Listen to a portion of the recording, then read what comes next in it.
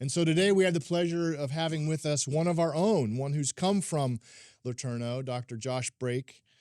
And many of you know him already. He is assistant professor of electrical engineering at Harvey, or just engineering, I guess, just engineering, at Harvey Mudd College, which is out in California, Southern California. There he directs the HMC, okay, let's see if I can do it without looking, HMC Biophotonics Lab, yes, which I'm very familiar with. So here he got his BS in electrical engineering and a master's of science in electrical engineering, and then he went on to Cal Tech. I guess that's the short version of it, right? Caltech, where he also did an MS and then a Ph.D. and finished that up in 2016. So Dr. Brake is emerging as a leading voice in the relationship between engineering education, faith, and technology, and we see that in part through his Substack and the kind of attention that it's been getting. In fact, in 2024, it was named Substack featured publication, and so we are super grateful. We got to hear a little bit from him on Wednesday, but today he's going to talk to us about AI and flourishing, one of those enduring questions. And so with that, let's invite Dr. Brake.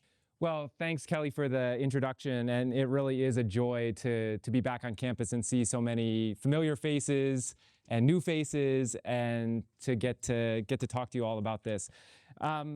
Today, what I want to talk about is some of the thinking that I've been doing over the last couple of years, looking at AI and kind of honestly wondering what on earth other people are thinking about this in terms of the cultural conversation around AI. Because one of the things I think that's most encouraging to me as a Christian and an engineer in the space of artificial intelligence is it feels to me that in perhaps a uniquely new way, the deep questions, philosophical, theological questions that technology raises, AI brings them to the surface in a way that previous technological innovation has not, right?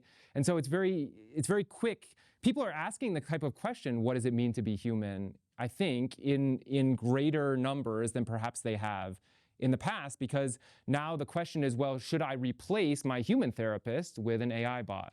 Should I replace my human boyfriend or girlfriend with an AI AI girlfriend or boyfriend? And what does that actually mean? And I think that our opportunity in this space is to actually articulate what has been known to us for a long time, deep traditions of Scripture and what God has told us about what it means to be human, what it means to be in our world, and also what it means to have a mandate to subdue the earth and to fill it, and what God calls us to do as we seek to follow Him. So first I want to just start to kind of give you a sense of why I'm troubled by all of this, and give you I probably could have picked, we could be here for the whole hour just watching commercials out of Silicon Valley recently that have me scratching my head, but here's just 4 of them to watch. So the first one, this was a while back. This is Apple's new iPad ad. Apparently we're supposed to be celebrating all of artistic creative tools being smushed into this tablet. And oh, by the way, the other thing is they still can't fix the camera. As an optical engineer, I know this. There's still a huge bump on the back for the camera that is kind of like very carefully covered by the way that they're holding the iPad at the end. It's not actually flat, so again. All right, next one. I don't know how many of you have seen this one. The value proposition is, instead of making a human friend, to have an amulet that you wear around your neck that texts you, right? To cure the loneliness crisis. Don't even get me started on the fact that friend.com, the domain name, they raised $2.5 million in a VC round, and they spent $1.8 million on the domain name. I guess that maybe that has some enduring value. If everything else goes underwater, the domain name probably still is worth $1.8 million. So we're trying to polish the kids' letters to their heroes now through AI. The dad says he's good with words, but he's still going to outsource it to Gemini. This opportunity he has to, the handwritten, the lousiness of the letter is actually what makes it beautiful. And somehow we have gotten so obsessed with the polish of the product that we decide that we're going to outsource this to AI. All right, one more left here. Let me get rid of this guy who keeps bouncing up in my dock here, trying to get my attention.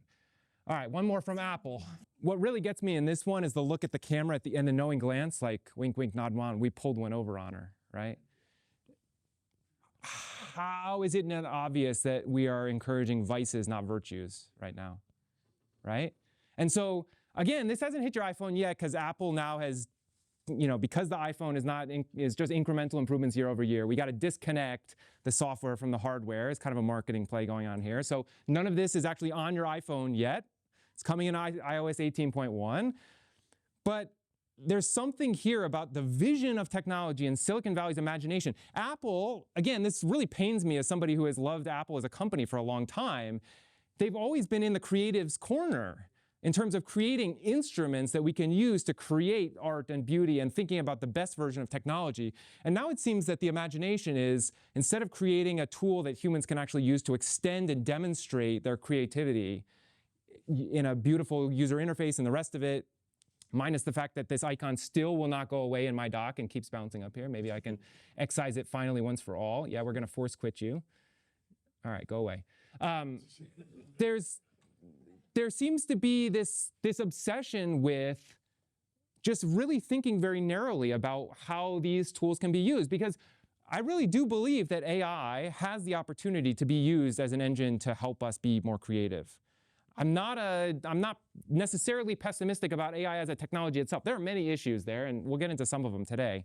But what I am mostly concerned about is the lack of imagination plus the amount of power and money that these companies have behind them, and thinking about the direction that we're on. Because what we're going to need to do, I think, is articulate a better vision and demonstrate a better vision. And I think that's what makes me excited about the Face Science and Technology Initiative, is it has an opportunity to do that sort of thinking. Before we get kind of talking a little bit more about this kind of a new imagination for AI and how we might think about using AI in more ways to promote human flourishing and in redemptive ways potentially, let's just get on the same page about what AI is, and in particular how it compares to maybe some of the previous, why it's a little bit different than what's come before. So here's kind of a list of some popular Gen AI tools. I have to basically redo this slide every time I give the talk, it feels like, because there's just new players in the space. But these are maybe 6 of the most popular that you might be familiar with. So ChatGPT is the one that everybody knows about, which is up on the top left-hand corner. This is that chatbot interface that went live in 2022 and kind of shocked the world in terms of fastest adopted product in human history. Midjourney is an image generation, so you type in a prompt and you get back an image. Claude is Anthropic's ChatGPT, essentially. It's the same kind of idea. It's a chatbot interface with a large language model. Gemini, the same thing from Google. Perplexity is kind of like Google plus LLM, so you can put an LLM on top of the search engine to actually try to ground it and link it to actual sources on the web, at least before the commons is completely polluted by all this generative AI hallucinations. And then Copilot is Microsoft's version of this, which already is kind of baked into Windows, and so you're going to have a hard time actually getting away from these things. And so, kind of fundamentally what's going on with these tools is they are taking in some input and giving you an output. And most of the interfaces are a text input, but they're multimodal in that they can generate a variety of different outputs. So you can put in text and get images. Video stuff is not exactly out yet. One of the maybe most obvious uses that popped out immediately for these is computer code, to be able to generate computer code with text. And then again, kind of the key thing about these is they interact with natural language. So you don't need to know just need to know English and how to ask a question like you would to your professor or friend, and it will feed you something back. A little bit of terminology. So large language model, this is the algorithm and machine learning model that is under the hood. The kind of 10-second version of this is, you can think of this like a very, very sophisticated autocomplete. So just like on your phone, you've got predictive text. It's going to predict the next word that you're trying to type. The way this works is not exactly words. It's this thing called tokens, so we can sound cool. There is a technical reason for the tokens thing, but basically what it's going to do, like GPT-4 is OpenAI's. They've got a couple new models now additionally, but essentially what it's doing is it's trained on all this kind of data with a machine learning model to then somehow statistically represent a space of possibility, such that when you type in a prompt, you can think about you have this very high dimensional space that you're kind of surfing through probabilistically, actually stochastically, as you're heading in a certain direction, and that's what it generates as the output. These things are really fundamentally very amazing. Like when you interact with them, you can't help but be kind of amazed at what they can do. And I think part of what has been so interesting in this space is I don't think anybody who was developing these really expected them to work as well as they do either. So there's something of like a, which is why I think like Blake Lemoine was a Google engineer who, like in his interactions with this, got convinced that the AI was sentient. And so like there's something that feels kind of magical going on here, which is, Andy Crouch would say, kind of fundamentally the story of technology in some ways, right? It feels like our desire is actually magic. It's kind of alchemy in some sense of what we're shooting for. GPT stands for Generative Preframe Transformer. So this is a specific architecture foundation model that the LLM, the large language model, is built on top of. And so OpenAI kind of had the leading edge of this, and other people have come around in recent years kind of developing their own. But this is like the fundamental technical advance that enabled these models. Multimodal just means you can put in some kind of input and get out a different kind. Most of the time it's text to something else. Text to text is the most common, but you'll get text to image, text to video, so on and so forth. Supervised machine learning. So supervised machine, this is just a little bit into the weeds, but important to kind of understand. Supervised machine learning is kind of what, in many ways, kind of OG machine learning. You are sending in data that is labeled. So human has to go through and say cat, dog, neither cat nor dog. And then you train the algorithm to basically fit the data set so that when you give it an unknown image, it can classify to tell you cat or dog. And so the challenge with this is that it requires labeled data. That's like fundamentally the biggest thing. Unsupervised machine learning is what actually allows you to do this at the scale of the internet, let's say, given enough compute power, where you can use unlabeled data. So you don't have to actually pre-label the data, and so you avoid a lot of that kind of the human labor that's needed to actually get these things off the ground that just does not scale to be able to get you to the point you want to get for the size of these models. A kind of brief history of Gen AI and where we came from. So this is just a very simplistic model here of what's actually going on under the hood of these large language models.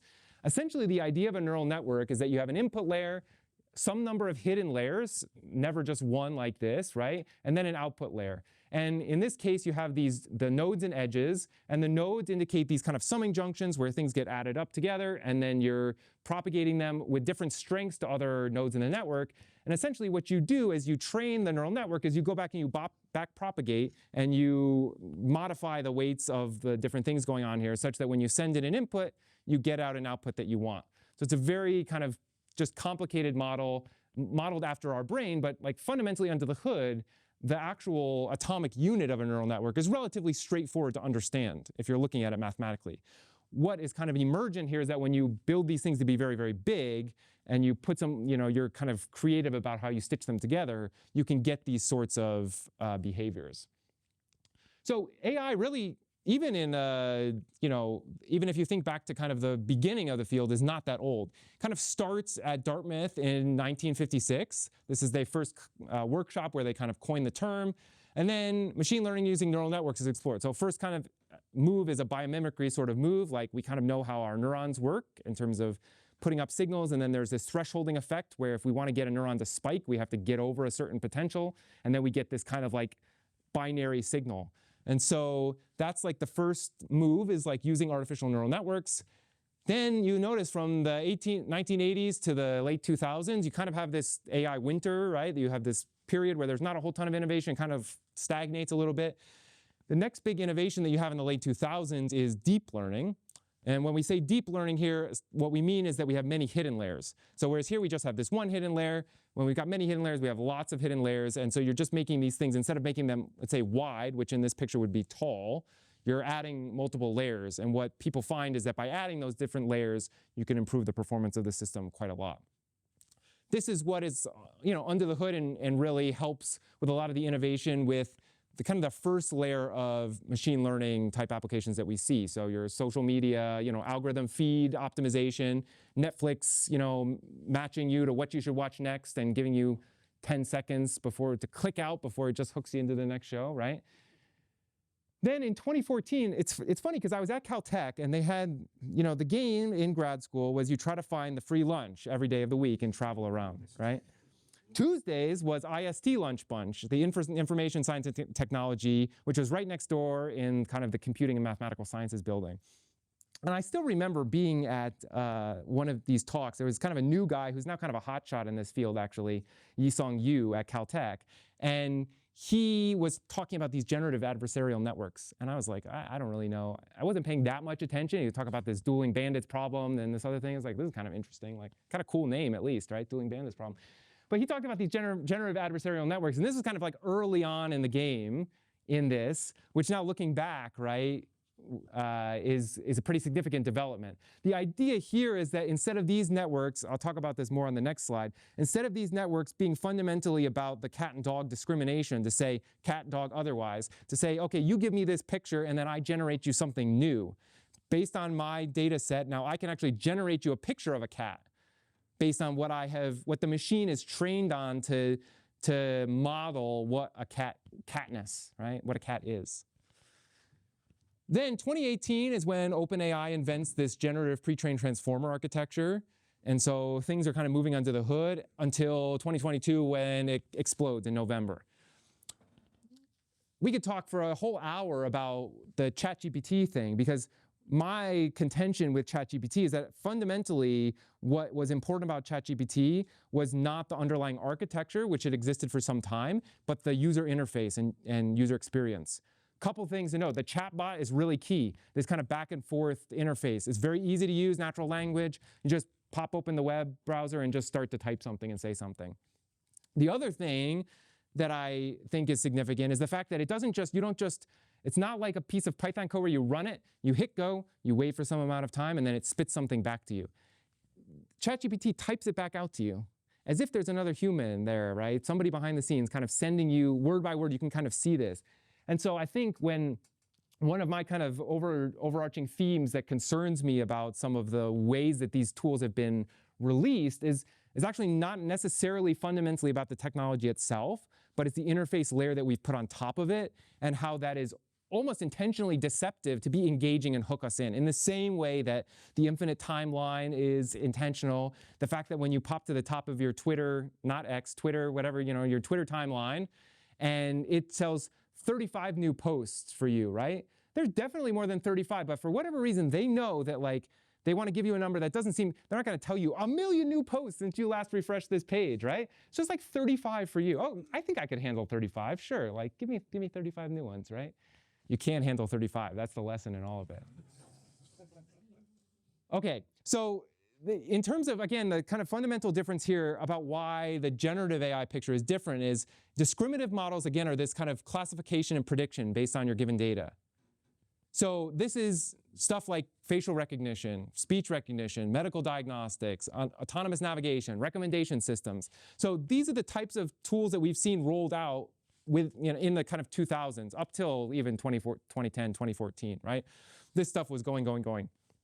Then in generative models, which kind of starts around 2014, is where you have this system you've trained, and the idea is not to actually somehow to discriminate and say what something is, or predict kind of what movie you should watch next from a given set of data, but to actually generate something new. And so even before ChatGPT was released, we had these kind of breakthroughs with AlphaGo and DeepMind and all the different, those kind of were fundamentally built on this new model. And there are some real nice applications of this for example, AlphaFold. There's this nice documentary you can watch actually kind of about the development of that. But it was surprising and pretty amazing the way they have this conference every year where they go and kind of, it's like a nerd video game tournament, right? You try to predict the protein structure as well as you can, right? Because it's this really hard and really important problem. So you go back and test the models, and these guys kind of blew everybody out of the water with this new model. It was surprising to people. So this stuff actually has real power, and not just for making new cat pictures in ChatGPT. Yeah. But I think that the lens, as I've been looking the last number of years, what's been kind of interesting to me is actually the best stuff I've read on AI was 40 years ago. Not 4 years ago, 40 years ago, right? And I've kind of invited one of my people that I listen to that I like to, he has this imagery of the inviting people to the table of his mind, right? And so in many ways, I feel like over the last couple of years, I've invited some of these new characters to the table of my mind. And they really have shaped me and my thinking on it. And what I think is important, and what I hope we can kind of do in the time we have left today, and kind of what is my kind of goal as an engineer, is actually, like, when we try to think about the impact of a technology in society, I think we need, and especially with AI as rapidly as it's moving, we need to go up 2, 3, 4, 5 clicks, levels of abstraction, right? Because if we try to just play a game of whack-a-mole and new AI tool comes out and we're gonna bang it, right? This is, OpenAI is holding on to it. They're piecemealing it out to us, right? If you kind of pay attention. There's hype cycle here. Then as soon as it's starting to die down, it's like, oh, new model, right? We need to somehow convince everybody to give us $7 trillion for who knows what reason, right? Buy more GPUs from Jensen over there, right?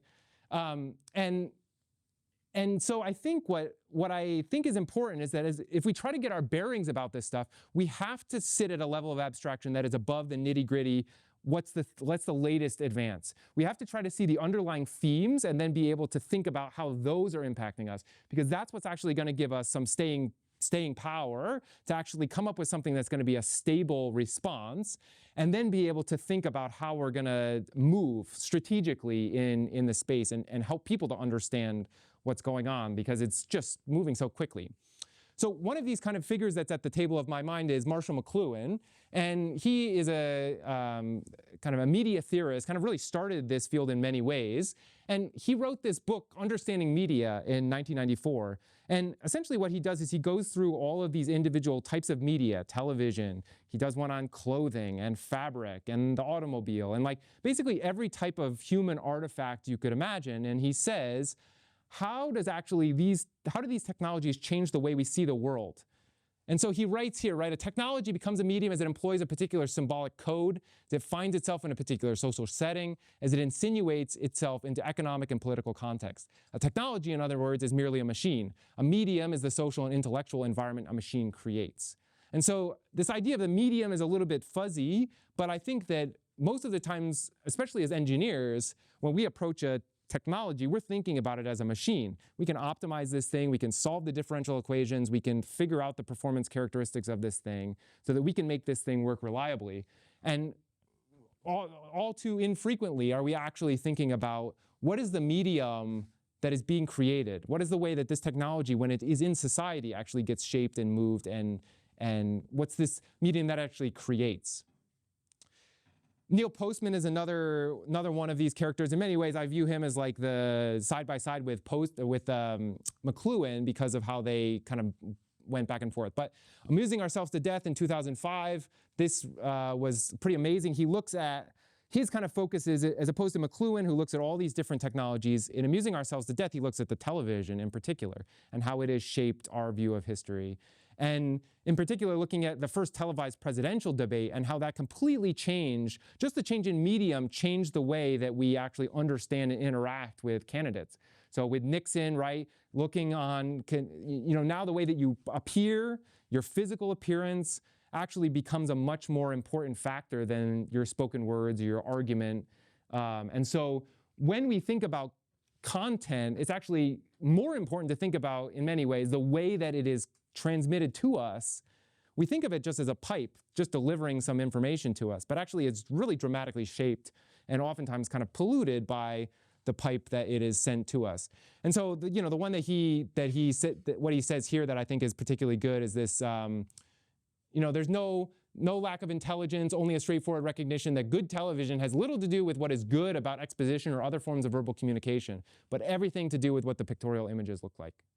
So it's actually, if you're going to try to communicate something through television as a medium, you actually are forwarding the physical appearance of what's happening and downplaying like this expositional thing that might be true. By the way, this is not a new consideration. If you look back at, I think it was Plato was the one who had this conversation about how writing was going to kill our memories, right? And so this is not necessarily a new insight.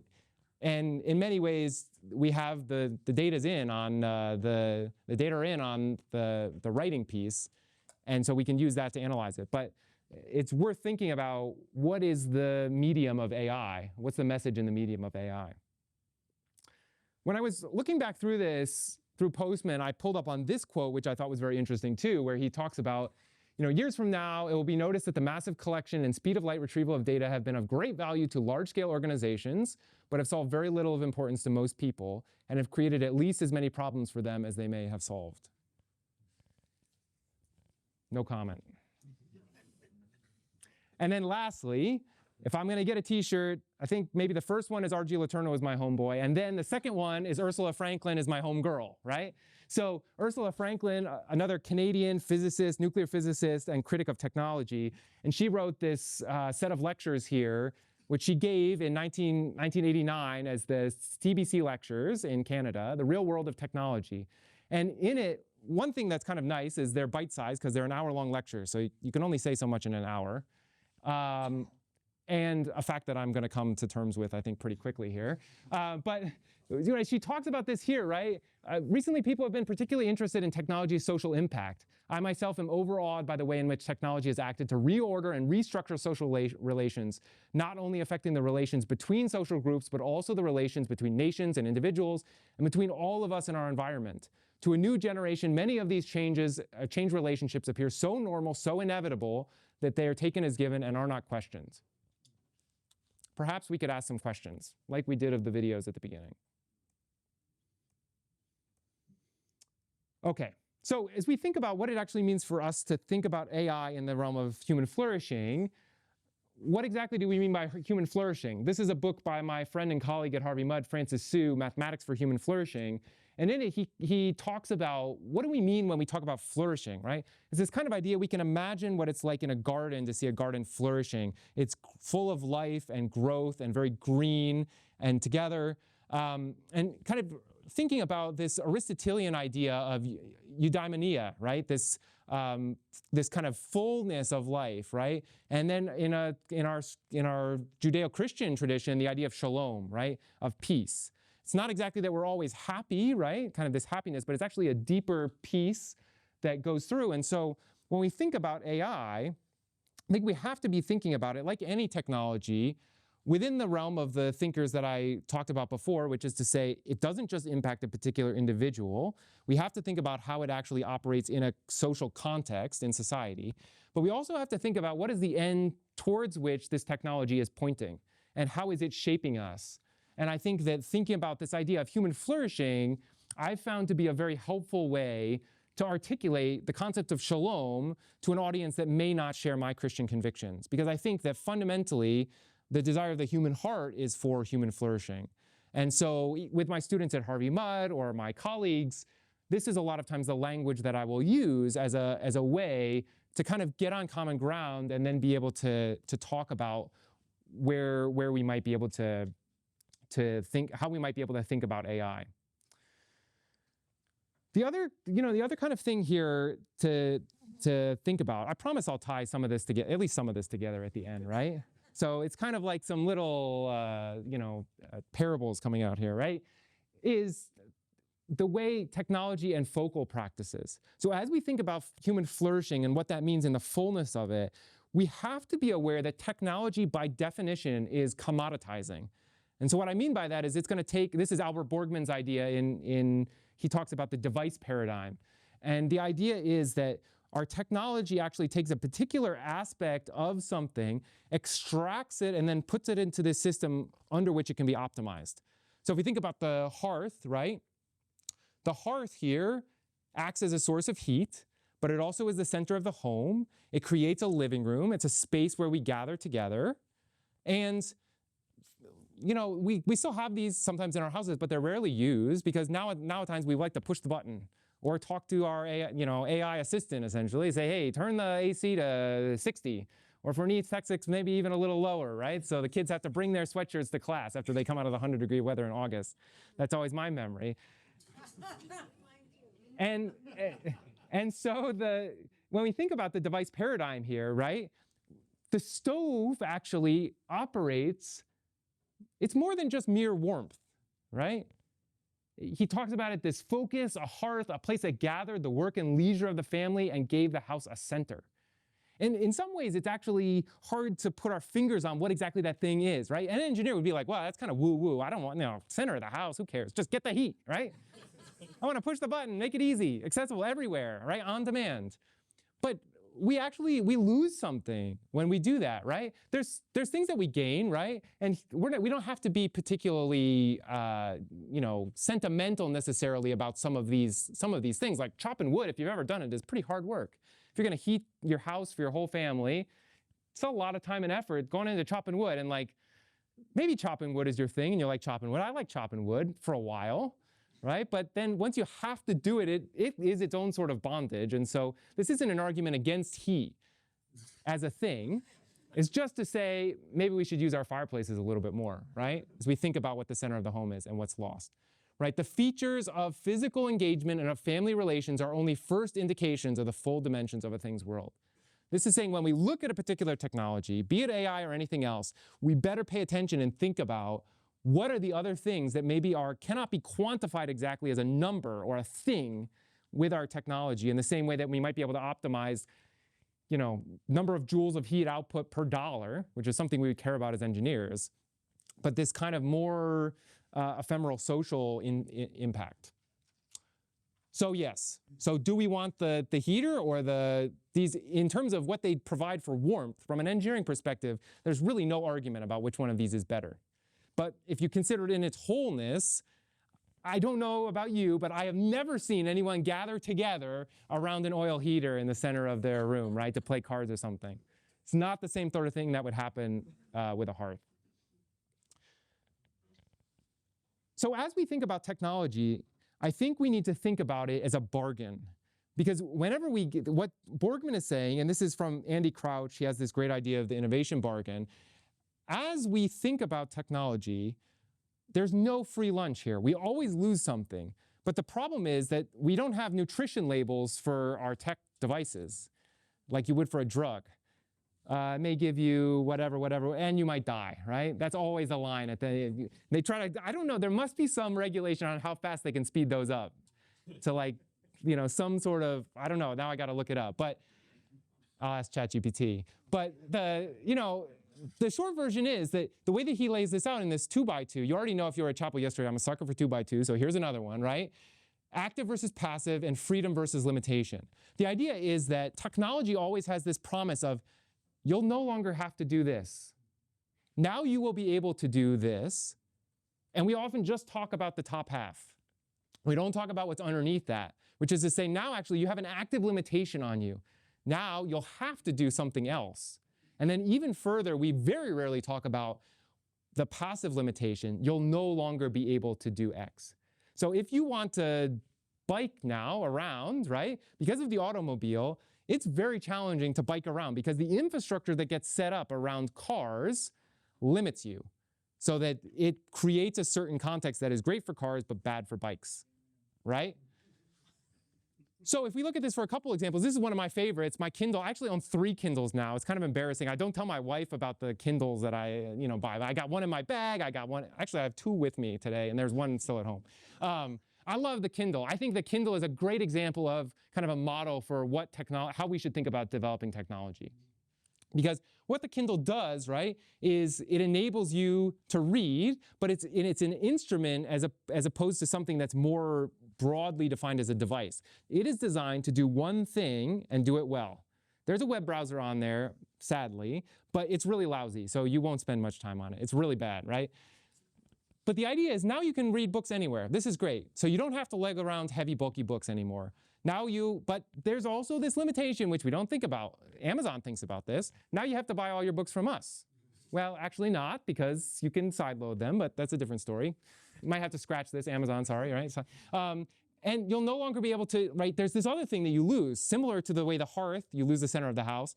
In your, when you're reading on your Kindle, some people really like the smell and feel of physical books. I'm not one of those people, but if you're one of those people, okay, sometimes I like it, right? But for me, the Kindle allows me to actually read before bed when my kids are down without disturbing and waking up at all hours of the night, right? So the Kindle actually enables some things. And so I'm willing to make this trade-off, right? But the point is actually not the bargain itself, it's the fact that recognizing that the bargain is happening. Other technologies maybe are not the same, right? So if you map this onto something like Instagram, I guess I'm old now because if you were, young and hip, probably TikTok is what you'd use, but I'm not on TikTok. So I'm not even really on Instagram, so I have to kind of reach to do this. But right, so for Instagram, right, the kind of idea is here, photo sharing is like the fundamental idea. You don't have to reach out to get like pictures from your friends individually. You just post them to a centralized place and then it gets curated and sent to you, right? So you can stay up to date with what's your friends.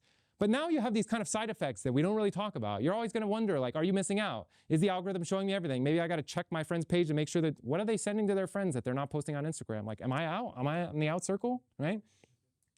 And now you don't actually experience photos in the same way because you're viewing it through filters or whatever else, and it's curated for you. You're actually not seeing like in a photo album where you flip through everything. It's kind of a filtered version of it. So every technology, you could do this, it's actually a great activity, I think, to say the technology in your life, think about mapping it on this 2x2 and how does that actually go? So my last kind of thing about the people here that you should think about, these are a couple of these folks who have shaped me. The two on the right are kind of newer thinkers that I've been engaging with recently. Postman, Ursula Franklin, Jacques Ellul, and Ivan Illich. And I think that for my take, I would love to see, I think that if I had engaged with these guys 10 years ago, that would have been great, right? But I just didn't even know I didn't even know they existed. As an engineer, like these aren't even in my consciousness of who is there. And not to mention the folks like Albert Borgman, who's coming from a explicitly Christian perspective as a philosopher of thinking about these things. Okay, so where do we go from now? Let's maybe not be all doom and gloom about this. I don't think the AI is coming to kill us, but I do think it's coming to essentially pollute our commons in many ways, in ways that we're really not thinking about because we're just kind of grabbing things, right, and doing things. So recently, over the last year, I've had the privilege to get involved with Praxis. Praxis is a kind of entrepreneurial company, a nonprofit that is a ecosystem for redemptive entrepreneurship. So the idea is they want to come alongside entrepreneurs to help them actually build and launch companies in a way that creates redemptive influence in the world. So thinking very much aligned with kind of faith and work sort of styling, with a particular focus on the power of entrepreneurs and new ventures to create change in the world. That's kind of like their theory of change in many ways.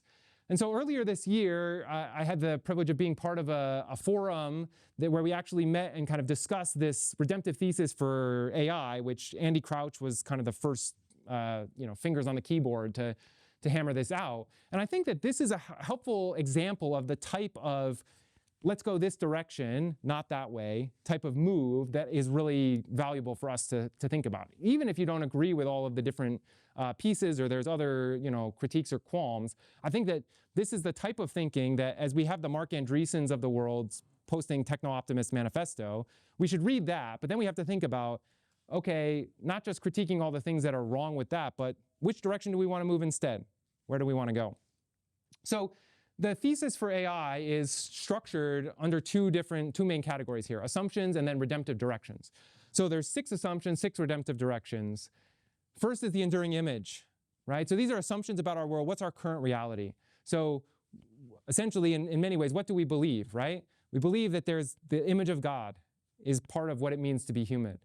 We believe that technology is full of a pattern of deceptions, right? As we look through the story of history, technology deceives us. Technology can be very good and also very distorted. And often these two things are coupled together. There's actually no way to create the good without also creating the potential for things to go awry. As consequential as the internet or electricity or potentially even agriculture. Now, the Silicon Valley boosters would be, yeah, right? But I think at least the internet is sure. Electricity, maybe, who knows, right? We're still kind of in this interesting sea change point where we don't actually know. But part of, I think, what makes AI so challenging is we are in this kind of space of wondering what direction we're going to go and what the future 10 years from now is going to look like. think about what it would have been like to live right around when electricity was invented. I mean, we can't even really conceptualize almost what it is to live without electricity because it's just so embedded in our world. Asymmetrical risk, even without a singularity. Even if these systems get no worse than they already are, as they continue to just crank the wheel of technological innovation and productivity, these are going to have a significant impact on our world. And then they're tapping into this fantasy of the superhuman, which is fundamentally the story of technology in many ways, this desire for magic. So as we think about what are the redemptive directions to work with AI, here's some ideas for this. So one is, how can we use AI to inform or replace human agency? One of the inform, not replace human agency, right? What are the ways that AI might actually help us to get a better view of a lot of data? We only have so much processing ability to really take in a lot of data. Computer systems might be able to help us to do that. What are ways that AI can develop rather than diminish human cognitive capacity and extend rather than replace education? I could go on for many hours about this one. I will spare you for now. But thinking about what are the ways that we can actually use this effectively in education and for human cognition to maybe repair some things, and what does that also say about what we view as the value of a human, right? For those who we're all at different cognitive levels, right? We have to think about what it means actually as we think about in this space, folks who maybe have needs in that area, right? Respect and advance human embodiment. This one's coming. They're thinking like, how do we solve the embodiment thing, right? Robots, AI, there you can kind of see the intersection coming. So redemptive AI is going to actually respect the fact that being a human in a body matters. And then serve personal relationships rather than replace them. This gets back to the whole friend.com amulet thing. Restore trust in human institutions by protecting privacy and advancing transparency. And then benefit the global majority rather than enrich and entrench a narrow minority. And so in many ways, these are not statements of what is to be, right, on the direction we're going, but it's saying, let's try to broaden our imagination for a different direction. And then these in many ways are unknowns, blue oceans of territory to think about how could we actually build in this way with these kind of directions and orientations in mind. Okay, so as we have a new imagination, we should be asking these questions, right? The same ones that Kelly listed at the beginning. What does it mean to be made in the image of God, to have a body, to be finite, to die, right? What does it mean to be human? These are kind of the fundamental questions, and Silicon Valley has an answer to this. What does it mean to die? Well, we don't want to do that, so we'll figure out how to live forever. Whether we're in, a body or just some kind of consciousness in silicon. And this kind of stuff it's happening now. People are asking this question. This was a video in The Guardian a couple weeks ago about this entrepreneur in Los Angeles, like kind of in my backyard, who is developing, he lost his mother a couple years ago, and he's developed essentially a AI that emulates his mom. Is this good for him or not, right? So what does it mean to eliminate, could AI end grief? I mean, maybe, but not without eliminating a whole lot of other things that are actually really meaningful and important to the human experience. If you're looking for another great voice here, Sherry Turkle, who's a professor at MIT, this is an absolutely fantastic interview with her. She's writing a new book, which I'm very excited about that's coming out next year. But in this podcast, she has been studying technology and the way it interacts with us. We interact with it, the way it shapes us, for the better part of, basically her whole career now, 30, 40 years. And she's kind of been following everywhere from, how do kids interact with Furbies at kind of the start, early 2000s, to now thinking about smartphones in the 2010 era, to now kind of think about AI. And really thoughtful stuff there. And then another one to kind of recommend to you, learning from the Amish here about what it means to actually engage with technology. The Amish, it's funny, I grew up going to Lancaster County because my grandparents lived there when I was a kid. And I always wondered about the Amish, right? They're riding their bicycles and whatever else. And I kind of thought, they're sort of backwards in not engaging technology, right? That's kind of your natural impulse, as I've got my iPhone, right? But what you actually, if you develop even the littlest bit of curiosity about the Amish, what you'll find is it's not that they don't engage technology. I mean, a bicycle is a technology after all. They're not walking everywhere. It's that they're very considerate about the way in which they engage technology and which technologies they will engage with. What they articulate is a way of thinking about how will the technology shape our relationships? How will it shape the social fabric? So that's why they don't have telephones in their homes. They have it somewhere else, right? It's not that they don't want televisions. It's just they know that if I have a television or a telephone in my house, how is that going to shape the social fabric of our community? So this is a line here from his kind of a Mystics for AI article from Brian Boyd, where he's talking about what exactly are we going to, how are we going to deal with all of this and kind of understanding of what these things mean. So if we think about, just to close here, right? What if we were to use AI to make learning an instrument, like a musical instrument, more accessible, right? Instead of squashing all of it into an iPad, so now you're just like punching on a screen or whatever, what if we were to actually make this, use AI so that we could make learning an instrument more fun and accessible? Part of the beauty of AI is it can create, maybe we could make it so that it could scaffold, pieces of music that you listen to, the kid likes, and then bring it in different levels to help teach them specific skills, right? What if we create tools that help us solve logistical challenges of coordinating times to hang out, right? You have an AI which helps to, sync to your calendars and can suggest some times you don't have to do all this back and forth friction that makes it hard to hang out, right? What if we could use AI to help us understand the ways our words might be unclear or misunderstood? Not to replace our interactions with other humans, but actually help us in some ways to be kind of a responsive mirror to help us understand ourselves better, and then push us again to be more interested in real life interactions. Maybe for kids, could we get away from the screens? Kind of what's interesting about AI is you have this opportunity of these different sort of interfaces to engage with. So could we do something like that? So again, I'm short on time here, as I knew I would be, but I think when I think about this as Laterno, right, I think there's kind of three roles that I would love to see Laterno kind of take in this. One is a convener, right? Things like this to help creating venues for the conversation to happen. Another is as a teacher. I think there's a real opportunity for thinking about the curricular aspects of this. To think about what would it look like for engineers as they're taking their classes to engage with postmen and think about how does this actually, even though maybe it's a little bit ahead of where you're going, like how do you think about this social, technical, and theological thinking and put that together? And then at an ecosystem level, how do you actually launch ventures or build examples that say this is what it looks like to build in a redemptive way? This is the way we should go. Let's go this way. So I'll close with just saying that I think Silicon Valley has an imagination problem these days. And I think it creates a problem for us, but it also creates a significant opportunity for us to articulate a different and a better way. And we have, in many ways, the tools in our rich tradition as believers to be able to enter into this space and to lead in a way that will actually help to promote human flourishing and avoid, the kind of applications where we're sitting at lunch actively deceiving our friends in that we, didn't interact with the email they sent us. So with that, I'll close and say I would love to connect with all of you. As Dr. Mason has said, and Dr. Liebengood too, I got kind of addicted to blogging a couple years ago in 2022. So every Tuesday is ship day. Something goes out.